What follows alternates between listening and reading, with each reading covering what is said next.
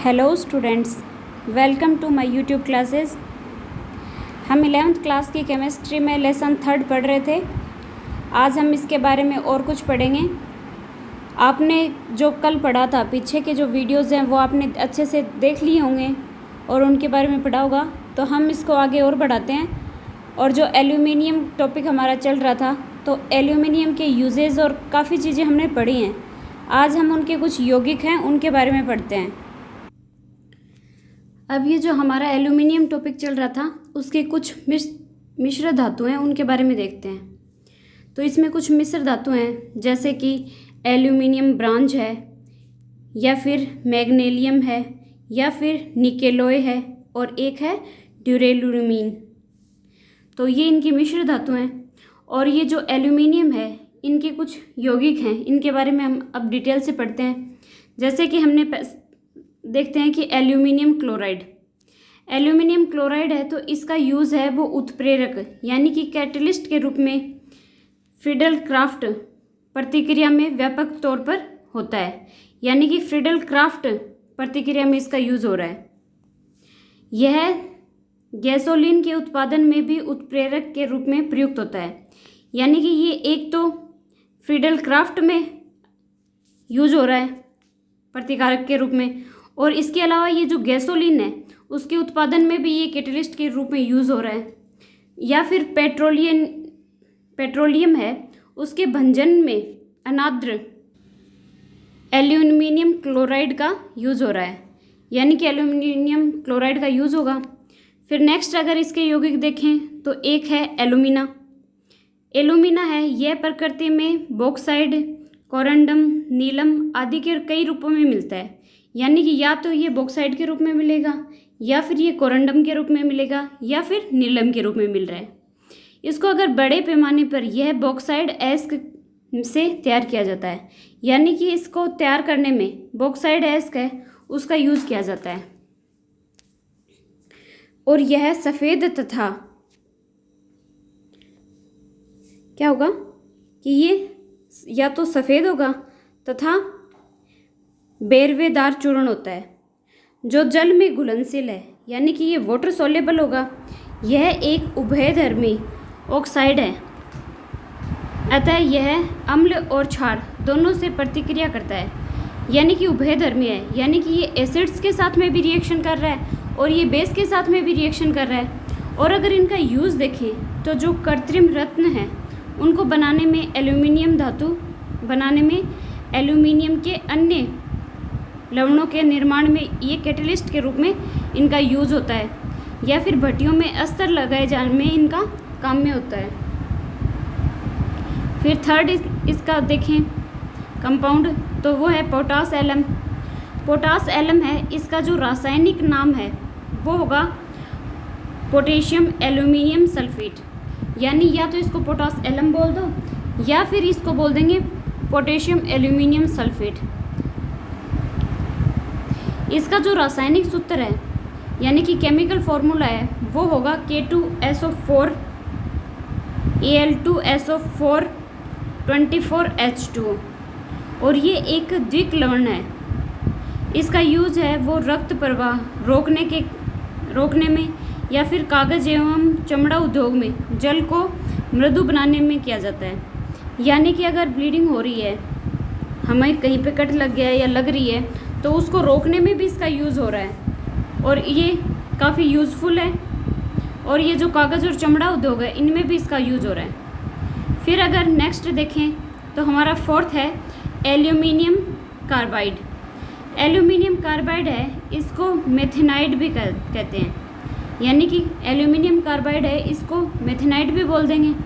और aluminium carbide है, ये जल से प्रतिक्रिया से मीथेन गैस बनती है। यानी कि मीथेन गैस का फॉर्मेशन कर रहा है।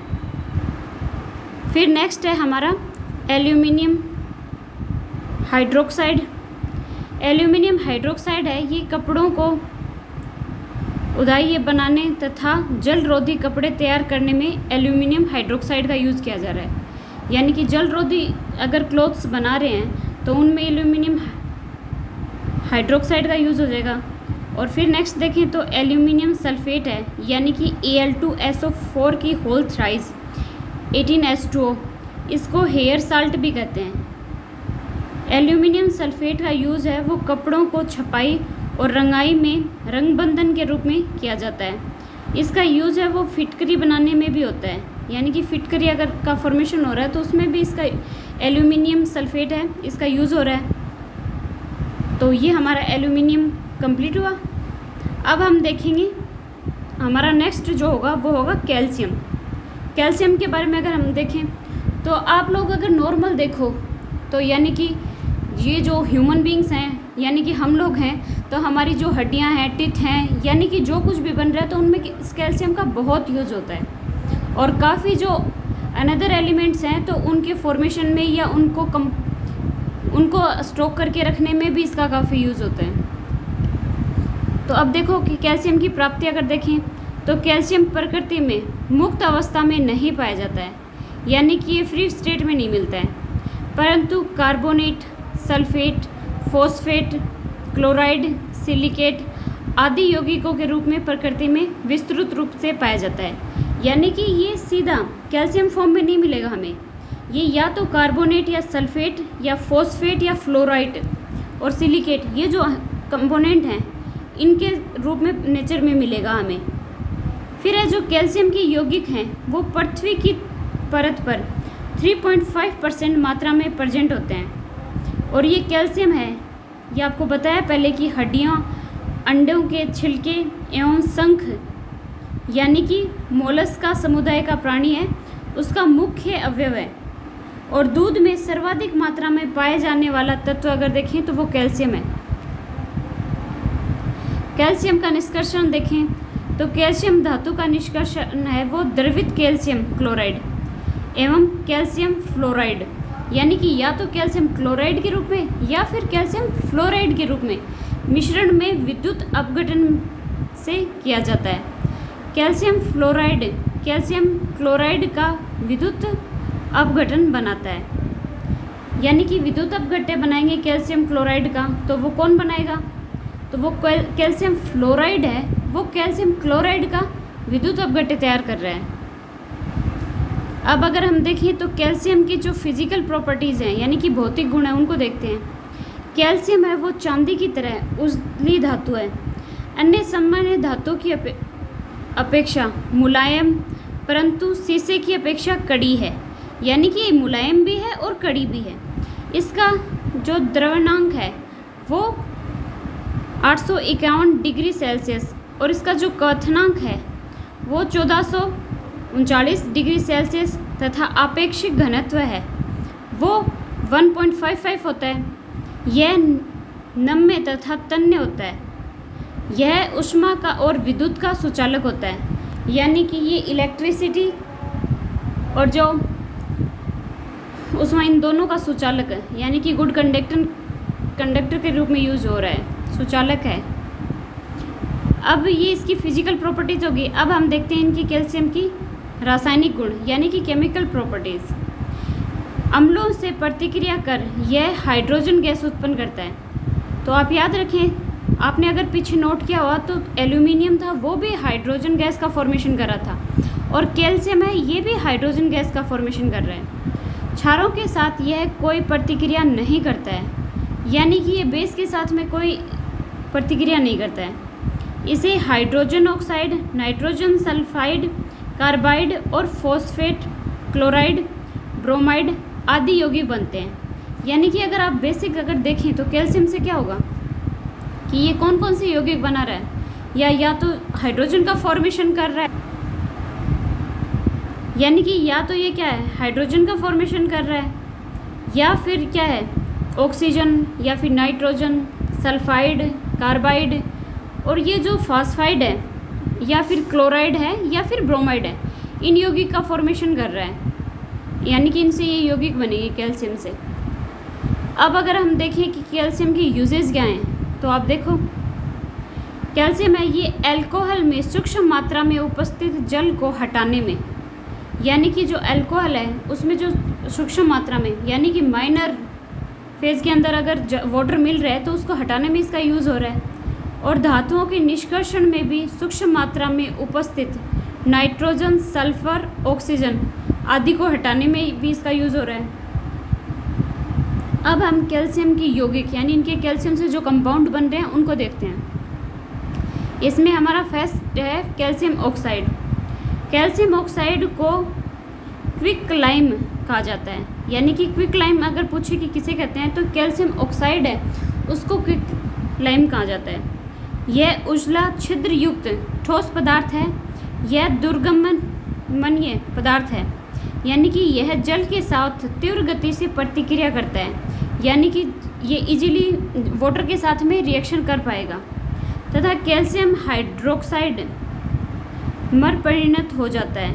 इसका जो यूज़ है वो हाइड्रोक्साइड मर परिणत हो जाता है और इसका यूज़ है वो शुष्क कारक है के रूप में निर्माण कार्यों में, यानी कि गारे के रूप में या फिर लाइम प्रकाश उत्पन्न करने में भी, और अनेक जो केमिकल्स यानी कि रसायनों के निर्माण में इसका यूज़ हो रहा है। फिर सेकंड हम देखते हैं कि कैल्शियम हाइड्रोक्साइड। कैल्शियम हाइड्रोक्साइड है, इसको भुजा हुआ चूना भी कहते हैं। तो एग्ज़ाम्स में पूछा जाता है कि भुजा हुआ चूना किसे कहते हैं, तो उसमें हमारा कौन सा ऑप्शन सही होगा? कैल्शियम हाइड्रोक्साइड, यानी कि कैल्शियम हाइड्रोक्साइड है उसको भुजा हुआ चूना कहते हैं। अब याद करने के तौर पे अगर आप देखो तो हाइड्रोक्साइड है यानी कि OH जुड़ता है तो वो होगा हाइड्रोक्साइड, यानी कि आप देखो वाटर है तो H2O बनता है, यानी कि OH आ रहा है तो आप याद रखो भुजा हुआ चूना, यानी वाटर से ही तो भुज रहा है, तो मतलब याद करने के बेस पे आप याद रखो कि OH आ रहा है कैल्शियम के साथ में तो उसको भुजा हुआ चूना कहते हैं। कली चूना की प्रतिक्रिया जल के से कराने में भुजा हुआ चूना प्राप्त होता है, यानी कि कली चूना की जो रिएक्शंस है वो वाटर के साथ में करवाएंगे तो हमें क्या मिलेगा? भुजा हुआ चूना मिल रहा है। यह एक उजला चूर्ण है जो जल को बहुत कम घुलनशील होता है, यानी कि वाटर में इंसोल्युबल मानो आप बहुत कम घुलनशील है। शुष्क भुजे हुए चूने के ऊपर क्लोरीन गैस प्रवाहित करने पर या फिर ब्लीचिंग पाउडर प्राप्त होता है, यानी कि अगर शुष्क भुजा हुआ चूना है उसका ऊपर अगर क्लोरीन गैस फ्लो करवा रहे हैं तो हमें क्या होगा? ब्लीचिंग पाउडर है वो प्राप्त होगा। और इसका यूज़ है वो कोल गैस को शुद्ध करने में, सीसा, ब्लीचिंग पाउडर या फिर कास्टिक सोडा, गारा, सीमेंट इत्यादि बनाने में तथा मकानों में सफ़ेदी करने में काम में होता है। फिर जो हमारा नेक्स्ट कंपोनेंट है वो है कैल्शियम क्लोराइड। कैल्शियम क्लोराइड है ये थोड़ी मात्रा में समुद्री जल में पाया जाता है, यानी कि आप याद रखो कि जो क्लोराइड है वो कहाँ पे, कैल्शियम क्लोराइड कहाँ मिलेगा हमें? ये जो समुद्री जल है उसमें मिल रहा है। यह रंगहीन रवेदार ठोस पदार्थ है, यानी कि कलरलेस हो गया है ये, और ये है एक अणु में जल के 6 अणु रवाकरण जल के रूप में उपस्थित रहते हैं, यानी कि इसके 6 अणु मॉलिक्यूल्स हैं वो प्रेजेंट होते हैं। यह जल एवं अल्कोहल में घुलनशील होता है। यह डीलिक्विसेंट होता है। कैल्शियम क्लोराइड है, इसका जो यूज़ अगर हम देखें तो ये जल शोधन पदार्थ है, यानी कि डिहाइड्रेटिंग एजेंट के रूप में होता है। इनका यूज़ है वो हिम मिश्रण के रूप में भी होता है। फिर अगर देखें तो विरंजक चूर्ण यानी कि ब्लीचिंग पाउडर के रूप में, तो यह कैल्शियम का ऑक्सीक्लोराइड है, यानी कि औद्योगिक पैमाने पर विरंजक चूर्ण का उत्पादन है वो हेसेन-क्लेवर विधि द्वारा किया जाता है, यानी कि हेसेन-क्लेवर विधि द्वारा यूज होता है। यह ठोस भुजे हुए चूने में क्लोरीन जैसी गंध निकलती रहती है, यानी कि क्लोरीन जैसी गंध निकलेगी इससे। यह एक अत्यंत ही अस्थायी यौगिक है। इसका यूज़ है वो कागज़ एवं कपड़ों के विरंजन में होता है और यह कीटाणुनाशक की तरह भी काम में लिया जाता है। इसका जो यूज़ है वो जल में संक्रमण रहित बनाने में भी इसका यूज़ होता है। फिर नेक्स्ट जो कैल्शियम का कंपोनेंट है वो है जिप्सम।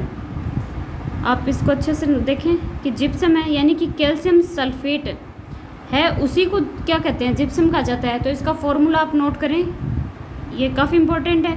जिप्सम का हमें फॉर्मूला याद होना चाहिए, यानी कि कैल्शियम सल्फेट को, यानी कि CaSO4 2H2O, इसको क्या बोलेंगे? कैल्शियम सल्फेट, यानी कि जिप्सम कहा जाता है इसको। यह एक श्वेत रवादार ठोस पदार्थ है। इसका एक अणु में जल के 2 अणु रवाकरण के रूप में रहते हैं, यानी कि इसका अगर एक अणु है तो उसके ये जल के 2 जो अणु हैं, मॉलिक्यूल्स हैं, उनके अंदर ये रवाकरण के रूप में रहते हैं। 120 डिग्री सेल्सियस तक गर्म करने पर यह प्लास्टर ऑफ पेरिस में बदल जाता है, यानी कि इसको 120 डिग्री सेल्सियस पर अगर हीट कर रहे हैं, गर्म कर रहे हैं, तो ये प्लास्टर ऑफ पेरिस में कन्वर्ट हो रहा है। और जिप्सम का जो यूज़ है तो वो देखें तो जिप्सम का यूज़ देखो आप, ये पेरिस प्लास्टर या फिर अमोनियम सल्फेट खाद बनाने में होता है। फिर जो हमारा नेक्स्ट कंपोनेंट है वो है plaster of Paris. Plaster of Paris है ये अर्ध जल योजित कैल्शियम सल्फेट को सामान्यतः पेरिस प्लास्टर कहते हैं। यह एक सफ़ेद चूर्ण है और यह जल के साथ तीव्रता से संयोग करता है और प्रतिक्रिया के फलस्वरूप ताप उत्पन्न होता है, यानी कि टेम्परेचर का फॉर्मेशन हो रहा है। पेरिस प्लास्टर का यूज है वो शल्य क्रिया में पत्तियों के रूप में होता है। पेरिस प्लास्टर में मूर्तियाँ या फिर मूर्तियों के सांचे तैयार होते हैं। फिर नेक्स्ट है सुपरफॉस्फेट ऑफ लाइम, यानी कि मोनोकैल्शियम हाइड्रोजन फॉस्फेट तथा सल्फेट के मिश्रण को सुपरफॉस्फेट कहते हैं। इसे फॉस्फोरेट नामक खनिज पदार्थ तथा जानवरों की हड्डियों से बनाया जाता है। यह जल में घुलनशील होता है, यानी कि वाटर सोल्यूबल हो जाएगा ये, और इसे पौधे आसानी से ग्रहण करते हैं। इस कारण यह एक अच्छा उर्वरक है, यानी कि ये एक गुड कैटलिस्ट हो जाएगा, उर्वरक होगा। फिर क्या होगा कि ये कैल्शियम कार्बाइड है, तो यह एक स्लेटी रंग का ठोस पदार्थ होता है और यह नाइट्रोजन गैस में की उपस्थिति में 1200 डिग्री सेल्सियस पर गर्म करने पर कैल्शियम साइनाइड बनाता है, यानी कि ये नाइट्रोजन से रिएक्शन करेगा तो C है ही, और साइनाइड बना रहा है ये कैल्शियम कार्बाइड साइनाइड। और कैल्शियम कार्बाइड पर जल की प्रतिक्रिया से एसिटिलीन गैस उत्पन्न होती है। फिर ये नाइट्रोलिम के रूप में अगर देखें तो कैल्शियम साइनामाइड को नाइट्रोलिम कहा जाता है। इसका यूज़ है वो खाद के रूप में होता है। और नेक्स्ट हाइड्रोलिथ है, तो ये कैल्शियम हाइड्राइड की हाइड्रोलिथ कहते हैं। कैल्शियम धातु को हाइड्रोजन के साथ गर्म करने पर कैल्शियम हाइड्राइड का या फिर हाइड्रोलिथ बनता है। फिर देखते हैं कैल्शियम कार्बाइड। कैल्शियम कार्बाइड है ये प्रकृति में चूने के पत्थर, यानी कि संगमरमर, खड़िया आदि के रूप में काफ़ी मात्रा में पाया जाता है। और मैग्नीशियम कार्बाइड के साथ यह डोलोमाइट के रूप में पाया जाता है। फिर मैग्नीशियम कार्बोनेट के रूप में भी पाया जाता है, और मैग्नीशियम कार्बोनेट के साथ में डोलोमाइट के रूप में ये पाया जाता है।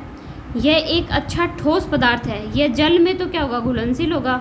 और कैल्शियम कार्बोनेट है, यानी कि CaCO3। तो कैल्शियम कार्बोनेट का यूज़ है वो दंत मंजन, पाउडर या पेस्ट बनाने में किया जाता है।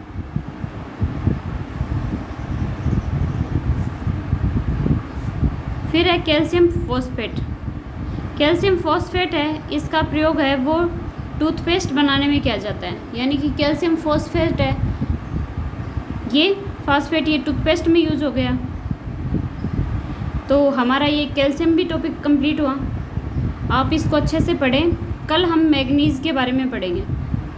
अगर आपको कोई कंफ्यूज हो तो आप कमेंट करके क्वेश्चन कर सकते हैं या कुछ पूछ सकते हैं। आपको अच्छा लगे चैनल तो इसको सब्सक्राइब करें, लाइक करें और अपने फ्रेंड सर्किल तक इसको फॉरवर्ड करें ताकि वो भी इसे देख पाएँ। तो कल की क्लास में हम मैग्नीज के बारे में पढ़ेंगे। Thank you.